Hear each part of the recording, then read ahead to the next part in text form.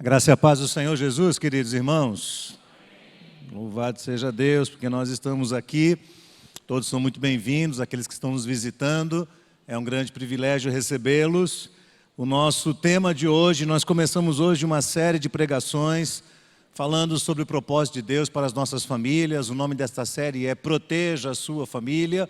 Propositadamente, este nome foi dado em função de que percebemos o grande ataque que tem vindo sobre as famílias, de um modo geral. Uma das estatísticas que muito nos preocupa é a estatística que aponta o fato de que entre lares cristãos, evangélicos, o número de divórcio é quase que proporcional aos lares não cristãos.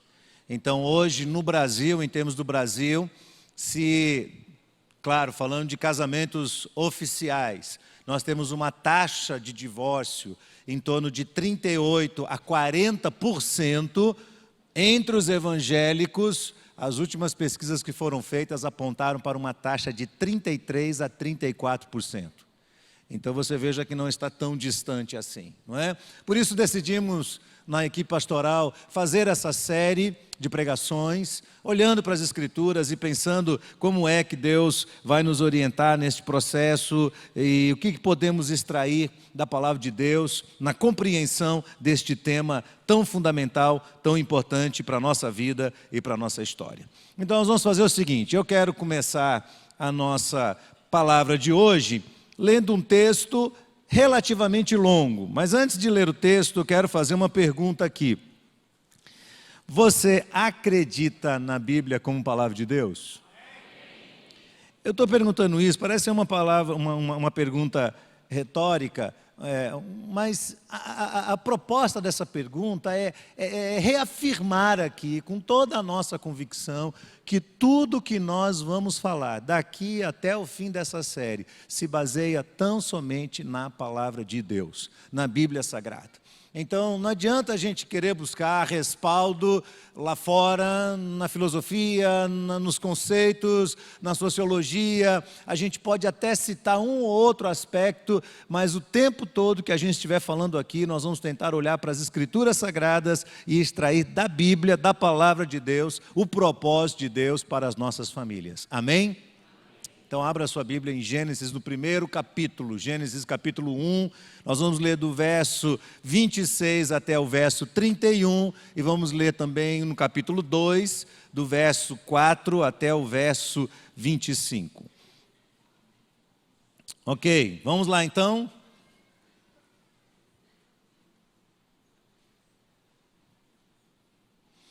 Muito bem, vamos lá. Gênesis 1, de 26 em diante. Também disse quem? Deus. Olha o que Deus disse: façamos o homem à nossa imagem, conforme a nossa semelhança. Tenha ele domínio sobre os peixes do mar, sobre as aves do céu, sobre os animais domésticos, sobre toda a terra, sobre todos os répteis que rastejam pela terra. Criou, pois, Deus o homem à sua imagem, a imagem de Deus o criou. Leia o restante: homem e mulher os criou. E Deus os abençoou e disse: sede fecundos, multiplicai-vos, enchei a terra, sujeitai-a, dominai sobre os peixes do mar, sobre as aves dos céus, sobre todo animal que rasteja pela terra. E disse Deus mais ainda: eis que vos tenho dado todas as ervas que dão semente e se acham na superfície de toda a terra, todas as árvores em que há fruto e que dê semente, isso vos será por mantimento. E a todos os animais da terra, todas as aves do céu, todos os répteis da terra em que há fôlego de vida, a erva verde lhes dará para mantimento, e assim se fez. E viu Deus que tudo quanto fizera era muito bom. E houve tarde e manhã no sexto dia. Capítulo 2, a partir do verso 4, esta é a gênese dos céus e da terra, quando foram criados, quando Deus, o Senhor, os criou. Não havia ainda nenhuma planta no campo, na terra, pois ainda nenhuma erva no campo havia brotado, porque o Senhor Deus não fizera chover sobre a terra, e também não havia o homem para lavrar o solo, mas uma neblina subia da terra, regava toda a superfície do solo. Então formou o Senhor Deus, o homem, do pó da terra, e lhe soprou as narinas o fôlego da vida, e o homem passou a ser alma vivente. Plantou o Senhor Deus um jardim no Éden, na direção do Oriente, pôs nele o homem que havia formado. Do solo fez Deus brotar toda sorte de árvores agradáveis à vista, boas para alimento, e também a árvore da vida no meio do jardim, e a árvore do conhecimento do bem e do mal. Saía um rio do Éden para regar o jardim, e dali se dividia, repartindo-se em 4 braços. O primeiro é Pison, que rodeia a terra de Avilá, onde há ouro. O ouro dessa terra é muito bom. Também se encontra lá o bidélio, a pedra de ônix.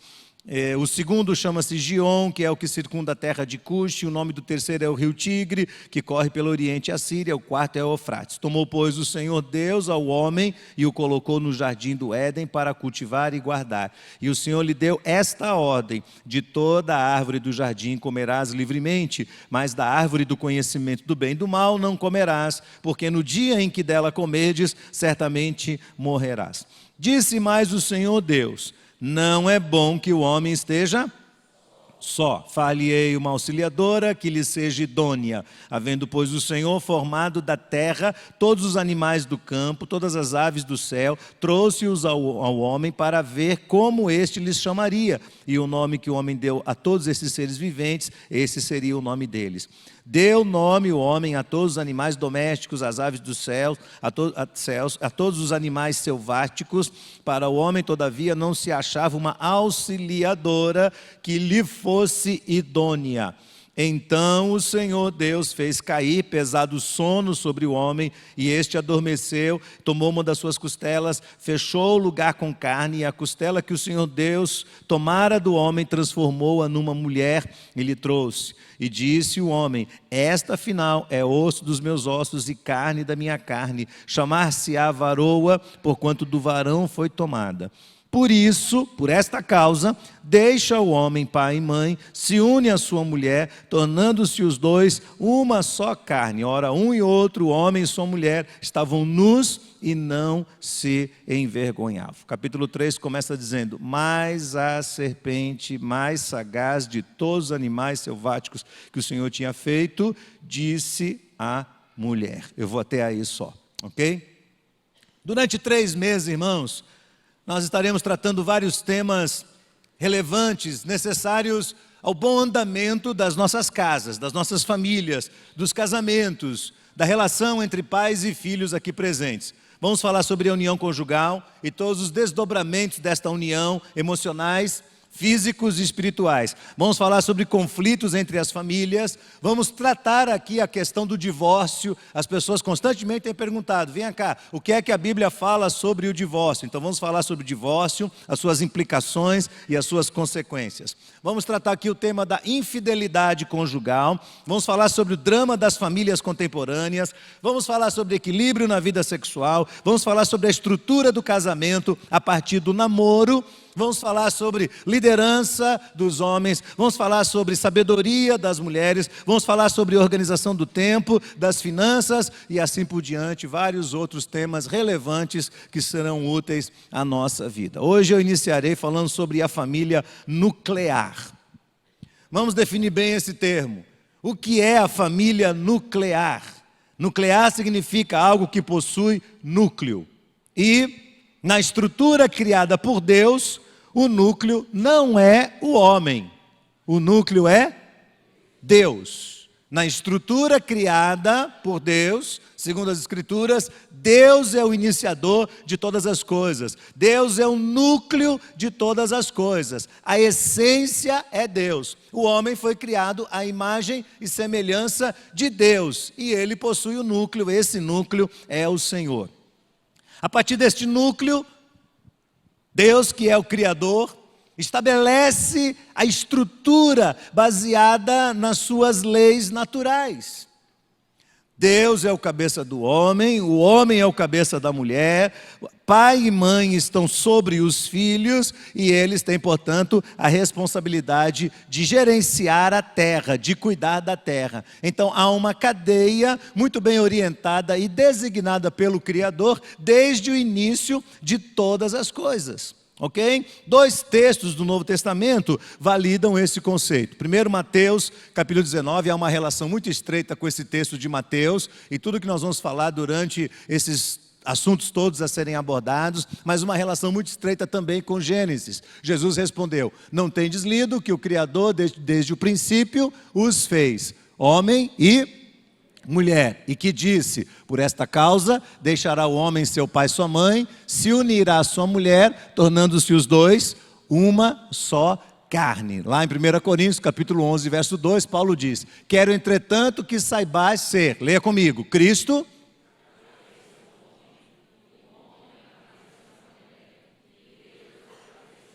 Ok, essa estrutura é a estrutura bíblica, a estrutura de Deus, pretendida desde a antiguidade, desde os tempos da criação, da história humana. É a lei natural de Deus.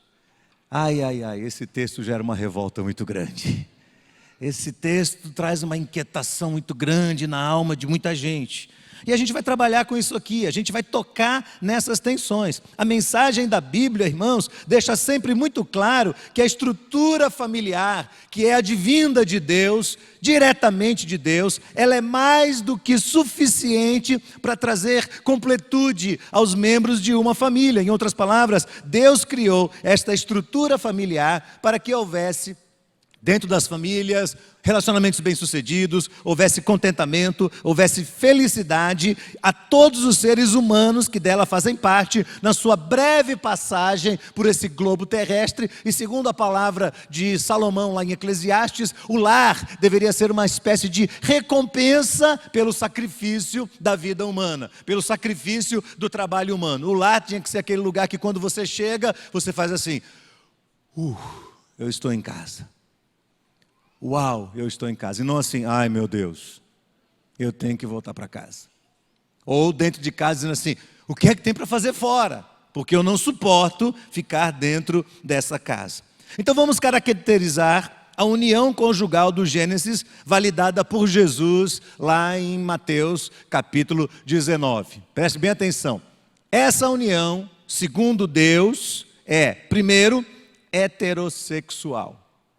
Deus criou, repita comigo, homem e mulher. Deus criou homem e mulher, macho e fêmea.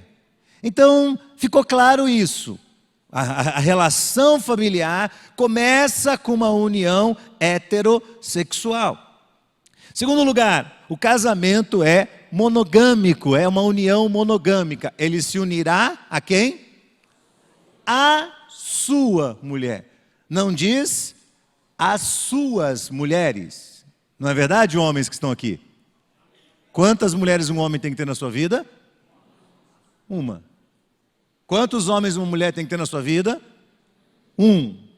Se unirá à sua mulher. Esse é o caráter monogâmico desta união. Terceiro, esta união é monossomática. A palavra soma significa corpo, somatose é corpo, mono, um só. Ou seja, os dois se tornam uma só carne. Os dois se tornam um só. Há uma integração entre os dois, que vai ser muito complicada no início, na fase de adaptação, mas que vai vencer barreiras, vai crescer cada vez mais, vai se aprofundar cada vez mais, e esses dois corpos só serão novamente retirados um de dentro do outro, se a morte for o desígnio de Deus para isso.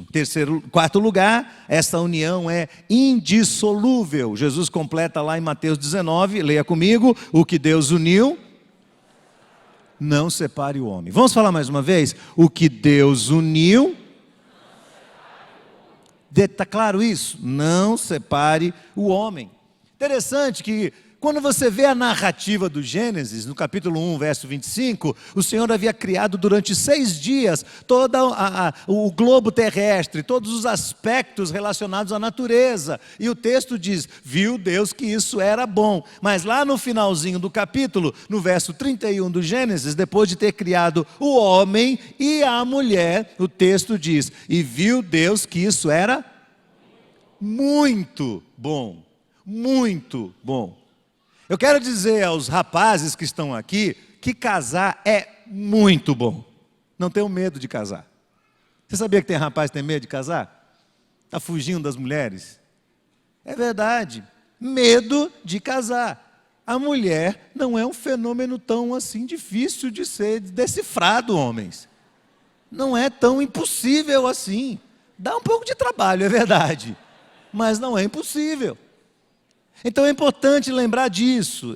Esta relação é algo bom. Deus olhou para o homem sozinho e falou assim: não é bom que ele esteja só. Ele não deve ficar sozinho. E Deus teve essa ideia brilhante de unir homem e mulher nessa união heterossexual, monogâmica, monossomática, indissolúvel. E Deus diz: isso é muito bom.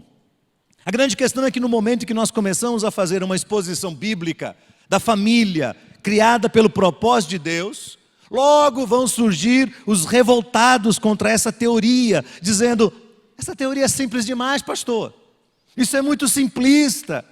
Essa não é a realidade dos nossos dias. Nós devemos aceitar um novo tipo de família. E esse vai ser parte de um dos temas que nós vamos tratar aí nas próximas quintas-feiras. Então, o que o senhor está falando aí não serve. Nós somos famílias diferentes. Nós somos famílias num contexto diferente, não é? E essa realidade não é a nossa realidade. Nós devemos aceitar esse novo tipo de família, que será, claro, isso vai ser da nossa parte uma tremenda ingenuidade, aceitar o que a Bíblia está dizendo, diante do avanço da modernidade, não dá para aceitar o que a Bíblia está falando. A Bíblia foi escrita há 2 para 4 mil anos atrás, servia para aquela época, servia para aquela cultura, mas a cultura de hoje é diferente. Então são as pessoas que estão defendendo os novos gêneros de união conjugal, e aqui tem uma placa aqui, esse é o pastor Silas Malafaia, dizendo a favor da família, em preservação da espécie humana. E aí o camarada que fez essa foto botou, eu tirei exatamente como estava lá na internet. O camarada olha e diz: aquilo é uma família, aquilo é uma família, aquilo é uma família, mas o trouxa que está falando sobre a Bíblia aqui, isso é um babaca. Esse aí não presta. Esse aí está falando coisa errada. Isso aí retrata exatamente o pensamento da humanidade de hoje.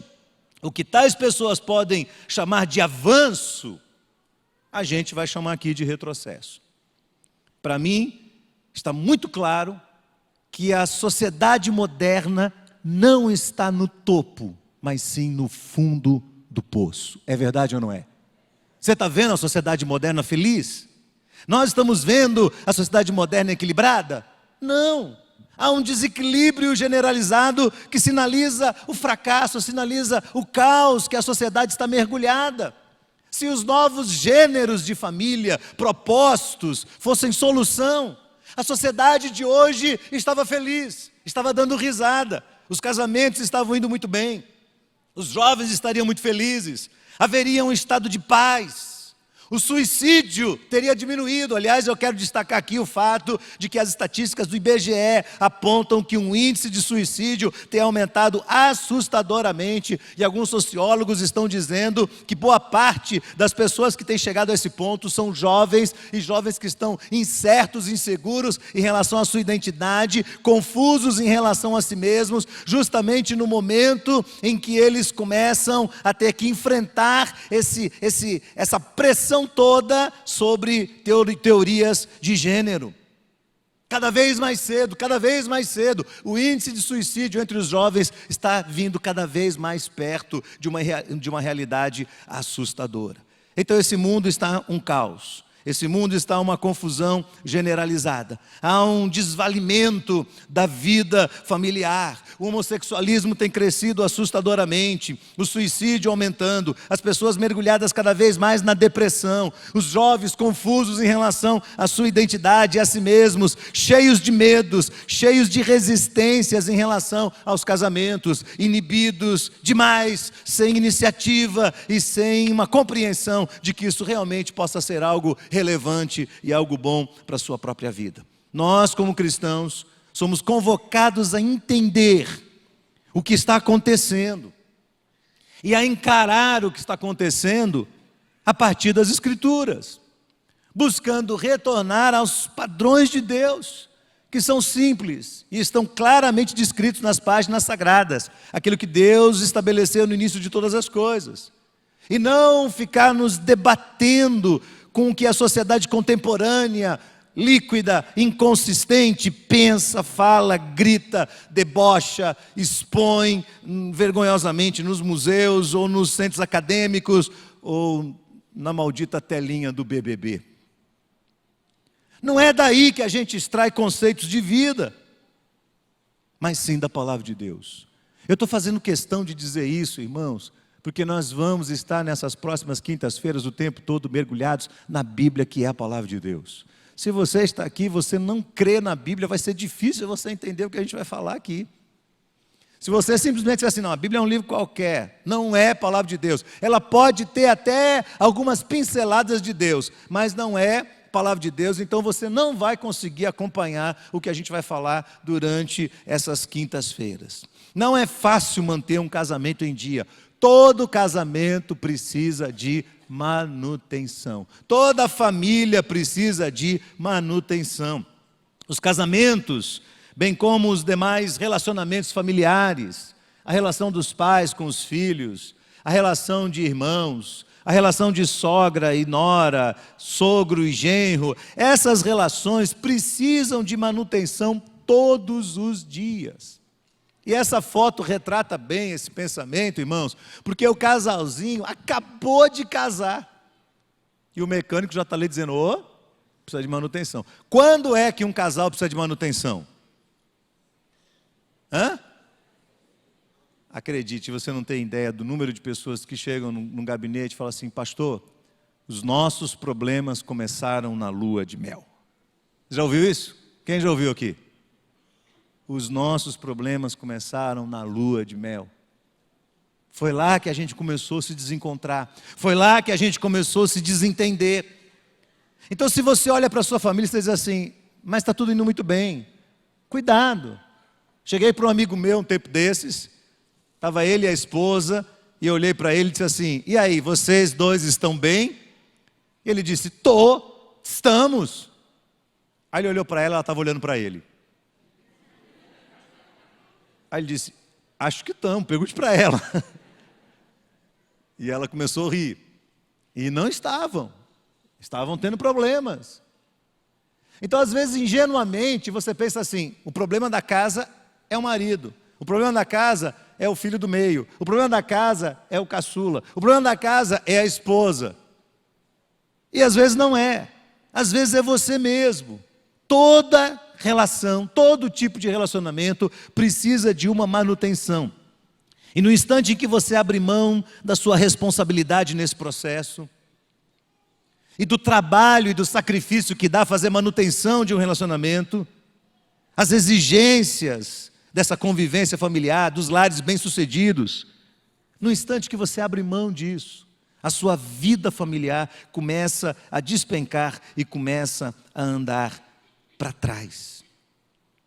E é muito importante que nessa hora haja um destaque nosso aqui do manejo do inferno na direção de destruir os lares.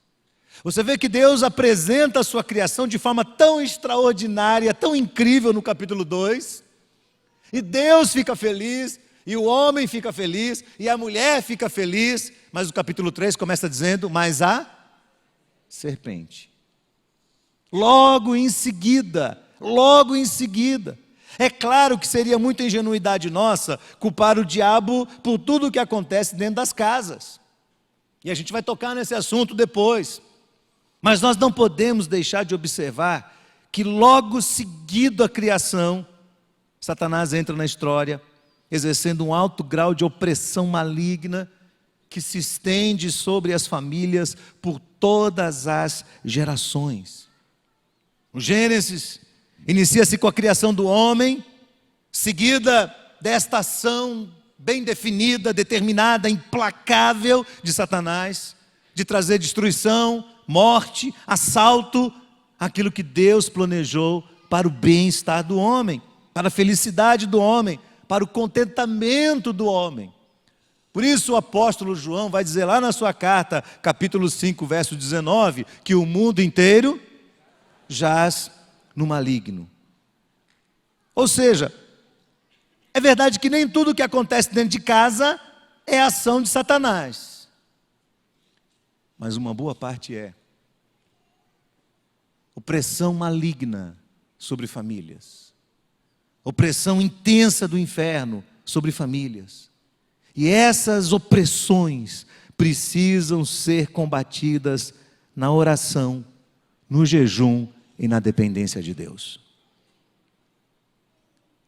Então nós somos convocados a entrar nesta luta por aquelas pessoas que nós amamos. Nós cristãos chamamos isso de batalha espiritual. Deixa eu mostrar para você um exemplo disso. Lá em Marcos, no capítulo 9. Marcos, capítulo 9, a partir do verso 17. Marcos 9, a partir do verso 17, acontece um incidente muito interessante, destacado aqui por Jesus. O texto diz assim: um dentre a multidão respondeu: Mestre, eu trouxe meu filho possesso de um espírito mudo. Quantas mulheres aqui já reclamaram na vida que seus maridos não falam? Hã? Não é o caso, viu, irmãs?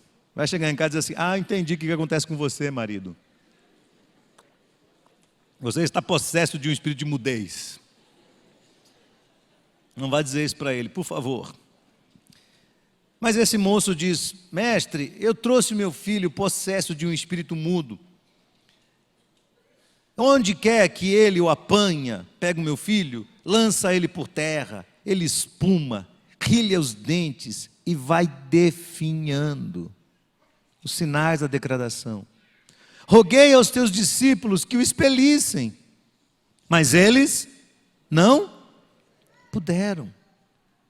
E aí Jesus, pensando na inoperância dos discípulos e na sua inutilidade naquela ação sobre aquele pai, a vida daquele pai aflito, Jesus olha e diz assim: ó geração incrédula, até quando estarei convosco?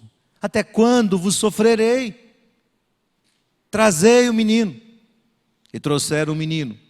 E quando ele viu Jesus, o espírito imediatamente o agitou com violência, caindo ele por terra, revolvia-se espumando.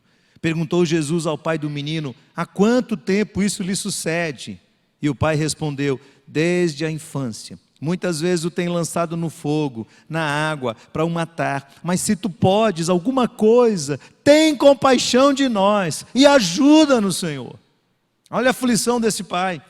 Ao que lhe respondeu Jesus: se podes, tudo é possível ao que crê. Imediatamente o pai do menino exclamou com lágrimas: eu creio, ajuda-me na minha falta de fé. Vendo Jesus que a multidão concorria, repreendeu o espírito imundo, dizendo: espírito mudo e surdo, eu te ordeno, sai desse jovem e nunca mais tornes a ele. E ele, clamando e agitando muito, saiu deixando como se estivesse morto, a ponto de muitos dizerem: morreu. Mas Jesus, tomando-o pela mão, o ergueu e ele se levantou. E quando entrou em casa, os seus discípulos lhe perguntaram em particular: por que não pudemos expulsá-lo? E respondeu-lhe Jesus: esta casta não pode sair senão por meio de oração. Esta casta não pode sair senão por meio de oração. Sabe, irmãos, jejum e oração, essa é a intensidade da batalha espiritual. Se você veio a esse encontro pensando assim: eu vou chegar lá, pastor Abraão, os outros pastores vão dar uma receita mágica e eu vou voltar para casa para resolver os problemas. Primeiro item dessa receita é: volte para sua casa, coloque seu joelho no chão, dia após dia, faça dias de jejum e coloque sua família no altar de Deus.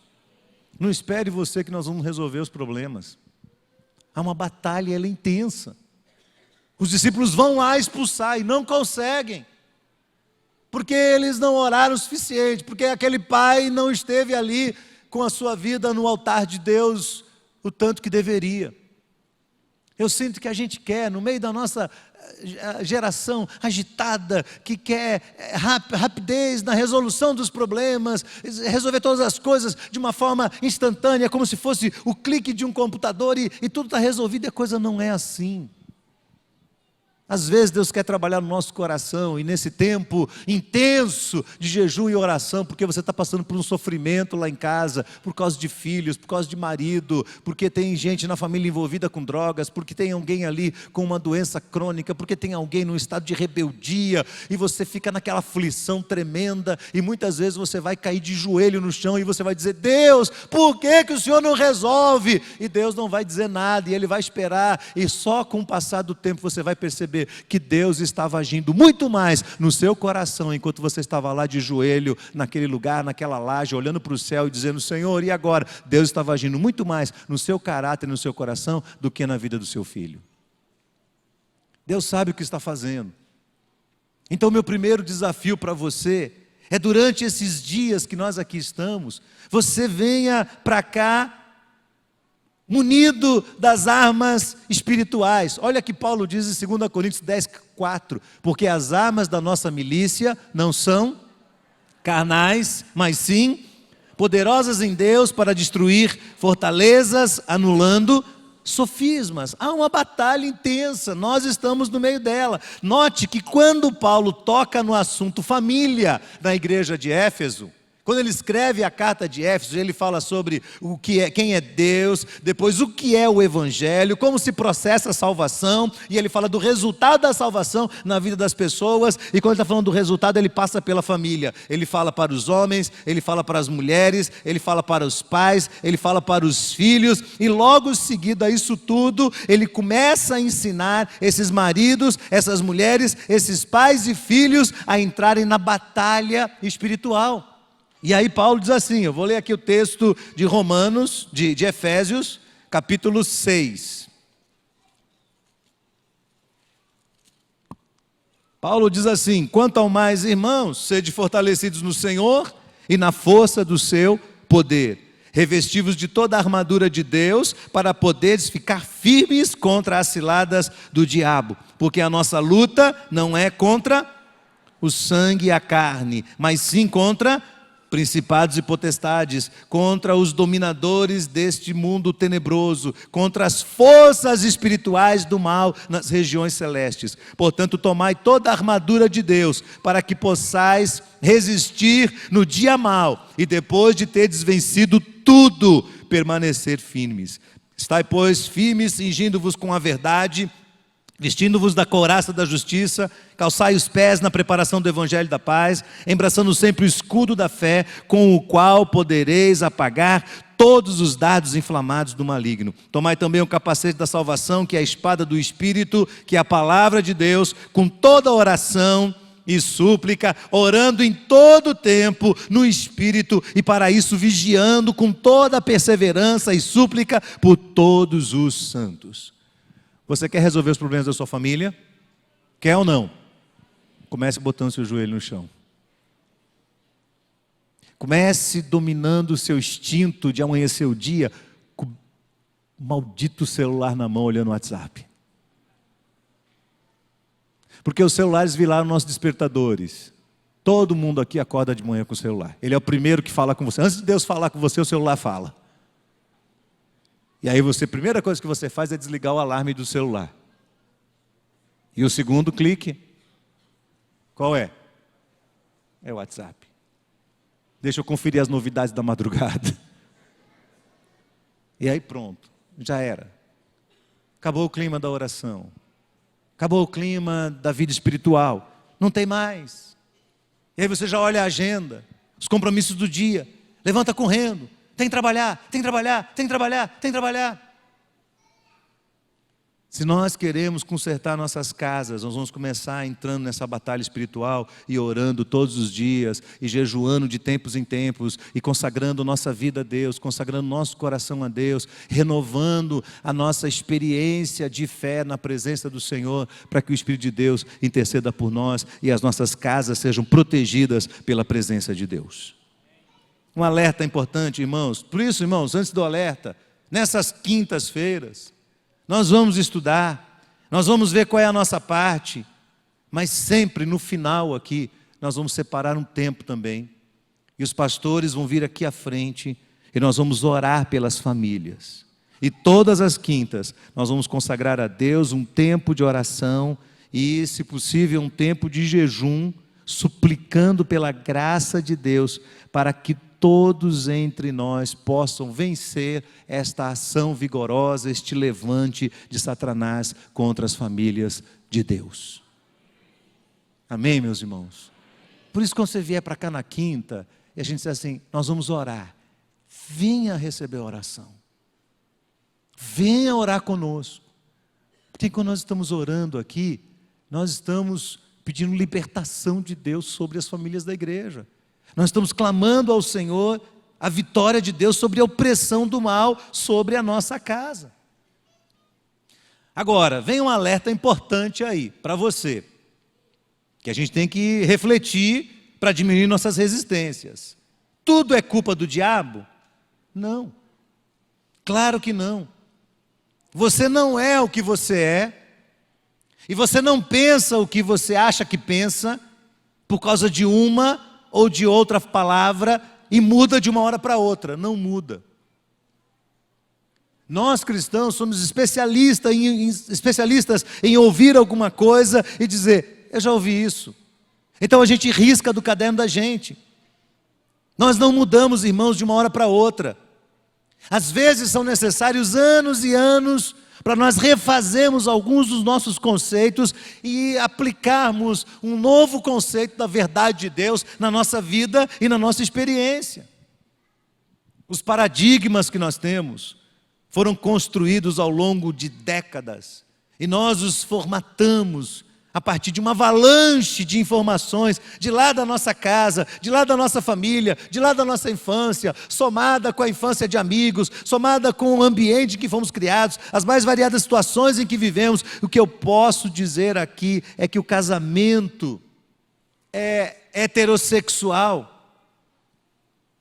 Mas os meninos que estão na escola hoje, todos os dias, estão vendo as suas professoras falarem que o amor do amiguinho para com um amiguinho é válido e correto. E há uma pressão da sociedade sobre os filhos. E essa palavra que eles recebem na escola vai ser reforçada por um desenho animado, por um vídeo da internet, ou quando o menino for ao shopping para comer um sanduíche, ele vai ver os rapazes trocando carícias com outros rapazes e as moças com as moças, e todo mundo dizendo, é normal. E isso vai se transformando numa opressão na cabeça desse menino. Acredite, vai ser necessário mais do que uma só exposição do tema. Você precisa estar muito seguro para sentar do lado do seu filho na beira de uma cama e ajudar ele a compreender. E para isso você tem que compreender isso à luz das Escrituras, se aprofundar, para que você possa ensinar, para que você possa inculcar, para que você tenha que ensinar de novo, e de novo, e de novo, e continuar trabalhando arduamente todos os dias, ensinando os seus filhos, dando um exemplo para eles e cobrindo os seus filhos com oração e com jejum. É uma batalha, irmãos, uma batalha intensa, e essa é a nossa parte, essa é a parte da manutenção da família. Por que que Deus criou essa família nuclear? Primeiro, Deus não queria que o homem vivesse em solidão. Não é vontade de Deus que ninguém viva o resto da sua vida sozinho dentro de uma casa. Mesmo as pessoas de idade que a gente olha hoje, cada vez mais no Brasil acontece como está acontecendo na Europa. Na Europa as pessoas estão morrendo dentro dos apartamentos e o povo descobre 5, 6, 7 dias depois, por causa do cheiro esparramado. Velhinhos que estão morando sozinhos, não tem mais ninguém por perto. Então a vontade de Deus é que o homem, o ser humano, não viva só. O propósito de Deus é que a esposa seja uma companheira idônea. Nós vamos ver o que isso significa nos próximos encontros. Que o marido seja o líder, o cabeça do lar. Que os filhos sejam sujeitos aos seus pais, honrando os seus pais e respeitando-os. Por isso Deus estabelece uma hierarquia. E quando nós lutamos contra essa hierarquia, quando uma esposa, por exemplo, luta contra a hierarquia da liderança do seu marido dentro de casa, ela ensina para os seus filhos que eles não precisam honrar pai e mãe. Isso é muito claro, há uma cadeia de orientações de Deus a ser respeitada. Deus fez isso também para que a família não se dissolvesse por qualquer motivo, por qualquer razão, e para que na velhice os filhos pudessem ser cuidados pelos pais. Então, irmãos, esse é o alerta importante. Eu quero encerrar fazendo algumas perguntas para você. Pense um pouquinho sobre tudo isso. Olhe para esse quadro geral que nós estamos lendo nas Escrituras, comparando com o que acontece no cenário da sociedade moderna. Acreditamos na Bíblia de verdade? Essa é a minha primeira pergunta. Você realmente acredita que a família nuclear é uma proposta de Deus para a humanidade? Agora, seja honesto com você mesmo. Porque se você não acredita, vamos aprofundar isso. Se você estiver hoje à noite aqui participando desse encontro, você não faz parte dessa igreja, e aí no seu coração diz assim, eu não concordo com isso. Como é que o senhor pode provar? Venha falar conosco. Venha falar com os demais pastores dessa igreja. Venha falar com líderes. Venha falar com o Ministério de Famílias dessa igreja. E nós vamos abrir a Bíblia e vamos mostrar parte por parte para você desse propósito de Deus. Mas, todavia, eu quero voltar a dizer, tudo o que a gente falar aqui é baseado, é fundamentado na Bíblia, a qual cremos ser a palavra viva de Deus para nós. Você crê nisso?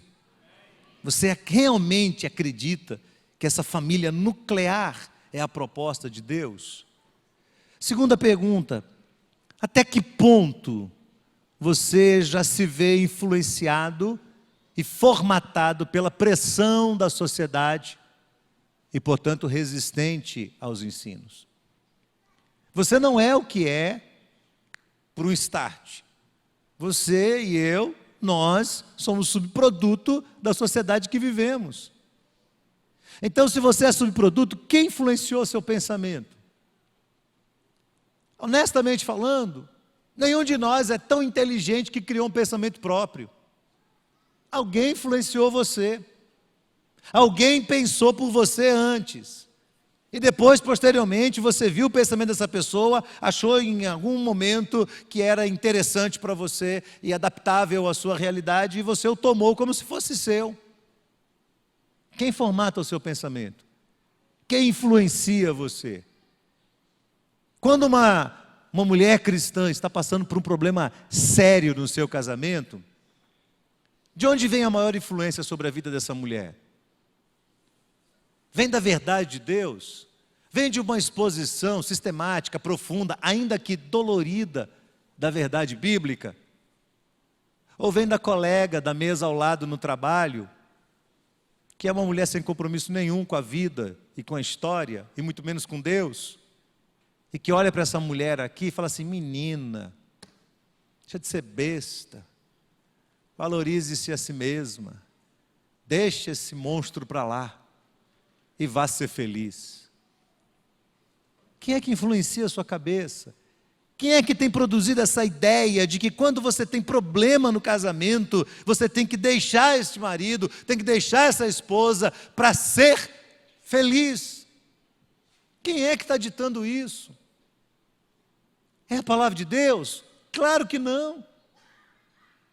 Aliás, a palavra de Deus fala algo ao contrário. Lucas 12, 24, Jesus diz assim, se o grão de trigo caindo na terra, primeiro não morrer, fica ele só. Mas se morrer, então dá muito fruto. Umas coisas loucas que a Bíblia fala. A Bíblia diz que Deus se agrada de um homem humilde, de uma mulher humilde, mas Ele resiste ao soberbo. Aquele que acha que sabe todas as coisas, não é? Até que ponto você já está influenciado e formatado por essa pressão da sociedade e, portanto, resistente aos ensinamentos bíblicos? E a última pergunta é, a sua estrutura familiar está firmada em Deus? Será que você, como uma esposa, como um marido, aqui hoje pode dizer assim, eu estou seguindo exatamente as orientações de Deus para a minha vida, para a minha experiência e para a minha história? Então, irmãos, nós vamos orar neste instante, e eu quero pedir a você que ore muito ao Senhor, que vocês orem por nós, os pastores, nós que estamos incumbidos dessa responsabilidade. Os irmãos não têm ideia do tanto de peso que nós carregamos sobre os ombros. Eu queria que os pastores viessem aqui à frente, eu queria que eles viessem com suas esposas, os que estiverem aqui, por favor. Você não tem ideia a pressão que vem sobre a vida dos líderes, dos pastores, dos obreiros, diante da responsabilidade de ensinar as Escrituras Sagradas, de pegar textos da Bíblia e acompanhar pessoas, de pregar. A gente às vezes passa uma noite inteira acordado, pensando no peso da responsabilidade, pensando no compromisso que nós temos, pensando na seriedade do que vamos falar. Estamos falando publicamente, estamos falando para um público aberto, falamos para a igreja, mas pela internet falamos para o mundo também, falamos para as pessoas que a gente nem imagina. E você não se iluda não, há sobre nós pastores também tentativas de opressão maligna. Você acha que não? Acha que sim ou que não? Claro que há, claro que há. Porque Satanás sabe que se ele desarticular a família de um obreiro, ele desarticula uma igreja inteira atrás. Quantas igrejas têm sucumbido, porque os seus pastores sucumbiram também. Então pesa sobre nós essa grande responsabilidade. E eu quero pedir a você, não deixe de orar a Deus pelos pastores desta igreja. Não deixe de clamar a Deus pelas nossas famílias, não deixe de orar ao Senhor pelos nossos filhos, para que a gente possa estar vivendo na presença de Deus, para que a gente possa estar experimentando a palavra de Deus dentro da nossa casa, aplicando com muita seriedade, com muito compromisso dentro do nosso lar, mas ao mesmo tempo ensinando com toda a autoridade a verdade de Deus. Algumas das coisas que nós vamos dizer nessas quintas-feiras, muita gente vai torcer o nariz, muita gente não vai gostar. Muita gente vai dizer assim, poxa, mas esse negócio aí e tal não é bem assim. Muita gente vai falar. Mas nós estamos convictos, irmãos, de que a palavra de Deus vai trazer um renovo espiritual sobre a vida da igreja. E que se Satanás tem se levantado para tentar destruir muitos lares, nós iremos fazer frente a essa batalha, vamos dobrar os nossos joelhos, vamos orar e jejuar, e Satanás será vencido para a glória de Deus. Você crê nisso? Nós vamos orar nesse instante. Vamos orar pelas famílias, vamos orar pelos lares aqui presentes. E se você gostaria de colocar sua família na presença do Senhor, há um membro da sua família, há alguém lá na sua casa que tem dado muito trabalho para você, há uma circunstância que você olha e fala, meu Deus, é impossível que isso seja resolvido, do ponto de vista humano, você já fez tudo o que tinha que ser feito, você já deu o máximo de si, não tem mais o que fazer. Então nós vamos colocar essas situações diante do Senhor. Nós vamos clamar ao Senhor por cada uma dessas situações. Vamos pedir que a misericórdia de Deus nos alcance em nome de Jesus. Você crê nisso? Então, se você gostaria de representar alguém da sua família, da sua casa, diante do Senhor, fica de pé onde você estiver. E diga, Senhor, o Senhor sabe quem eu vou representar. Eu vou pedir que 2 pastores orem hoje aqui. O pastor Fábio e o pastor Reinaldo estarão orando nesse momento. Nós vamos estender as nossas mãos sobre todas as famílias da igreja e vamos clamar por cada um dos irmãos. E você vai se comprometer diante de Deus, dizendo assim, Senhor, eu vou acompanhar essa série de estudos, mas eu vou me comprometer aqui com a oração, com o jejum, eu vou fazer minha parte, eu não vou simplesmente achar que é a igreja que tem que fazer a parte dela, eu vou fazer a minha, eu vou batalhar, eu vou lutar, porque é a minha família e eu quero minha família vitoriosa na Tua presença. Amém? Vamos orar nesse instante, irmãos. Querido Deus, nesta hora nós nos dobramos diante do Senhor em adoração, em glória, em louvor, em honra, agradecendo ao Senhor o que tem feito em nós e em nossas famílias, na vida da igreja. Mas, ó Pai, nós sabemos que esse mundo jaz no maligno, e ele não deixa de perturbar, de tentar atrapalhar a vida daqueles que te conhecem. E nesta hora, Pai, na autoridade do nome do Senhor Jesus, nós o repreendemos na autoridade de Jesus e o afastamos e clamamos para que o Senhor retire de perto essas hostes espirituais da maldade que perturbam, que tentam atrapalhar, que tentam dificultar o relacionamento do teu povo junto com a tua igreja. Pai, nós não conhecemos o que se passa na vida de cada irmão, Mas o Senhor conhece o coração e a mente, as palavras antes de sair da boca. O Senhor conhece a nossa estrutura. O Senhor está vendo o inimigo. Nós não conseguimos ver esse inimigo, o que ele está fazendo, com a armadilha que ele está preparando para nós. Por isso, Pai, nós invocamos o Teu poder, a Tua graça e a Tua misericórdia sobre cada família aqui presente, sobre cada família aqui representada, porque o Senhor sabe qual a armadilha que o inimigo está preparando para cada um, e nós clamamos ao Pai em nome de Jesus: destrói essas armadilhas, Senhor, destrói essas armadilhas que o inimigo está tentando alçar cada família, Pai. Imploramos a Tua interferência, Senhor. Nós dependemos de Ti, nós vivemos para a Tua glória. Isso não nos dá direito nem privilégio nenhum, Senhor, porque nós estamos aqui para glorificar o Teu nome, para Te honrar e Te bendizer, Senhor. Nós somos dependentes completamente do Teu agir sobre nós, e invocamos nesta hora o Teu agir sobre nossas famílias, em nome do Senhor Jesus.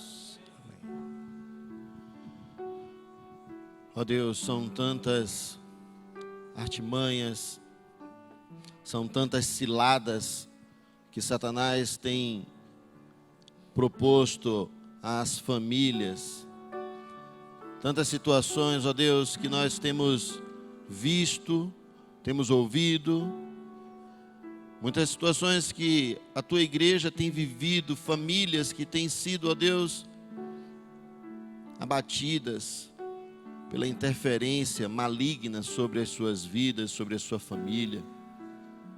Situações envolvendo drogas, situações envolvendo traições, situações envolvendo, ó Deus, as redes sociais, situações, ó Deus, que têm em todo o tempo fugido do controle de cada um de nós pelas investidas malignas de Satanás contra a vida da Tua igreja e da Tua família. Da família, ó Deus, que o Senhor formou, que o Senhor iniciou, que o Senhor, aquele que tem resposta para o problema do ser humano, para o problema da vida matrimonial. Portanto, Deus, em nome de Jesus Cristo, nós invocamos o nome de Jesus nessa hora, sobre as nossas vidas, sobre a família, ó Deus, que é constituída, congregada, lastreada, ó Deus, na Tua palavra, na Tua verdade.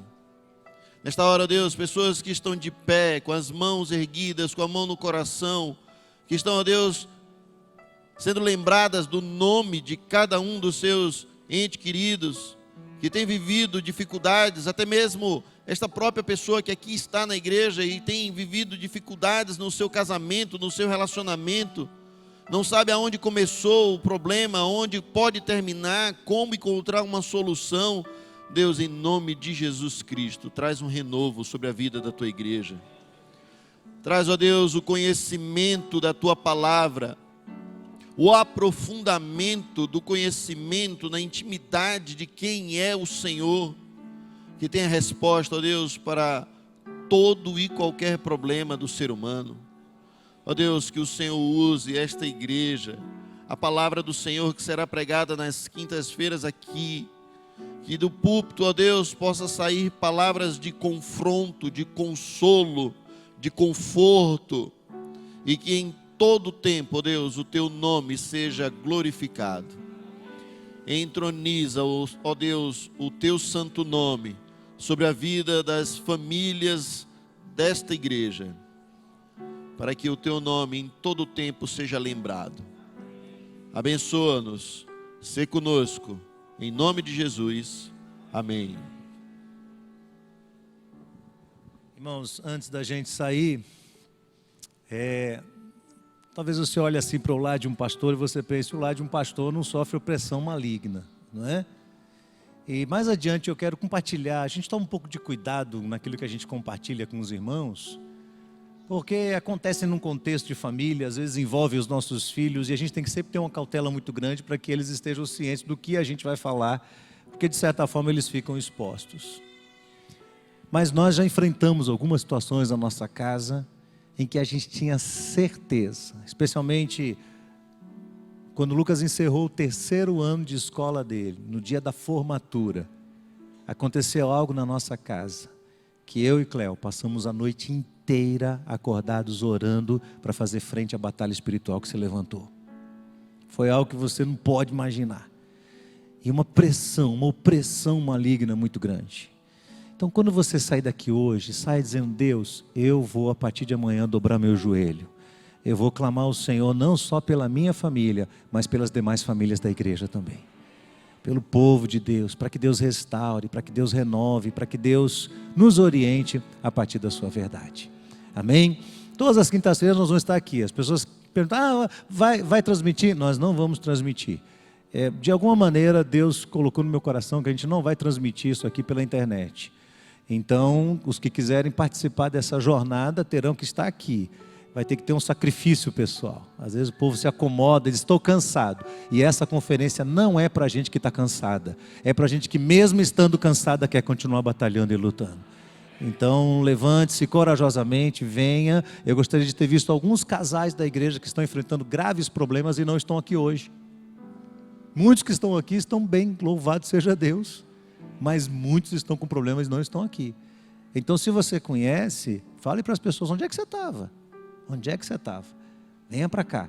Vamos nos unir aqui ao redor da verdade de Deus, para que o que Deus gostaria de fazer conosco, Ele complete para a glória do seu nome. Senhor, muito obrigado por esta noite. Leva o teu povo debaixo da tua bênção, tua graça e tua paz. Nós oramos em nome de Jesus. Deus abençoe a todos. Vamos em paz, meus irmãos.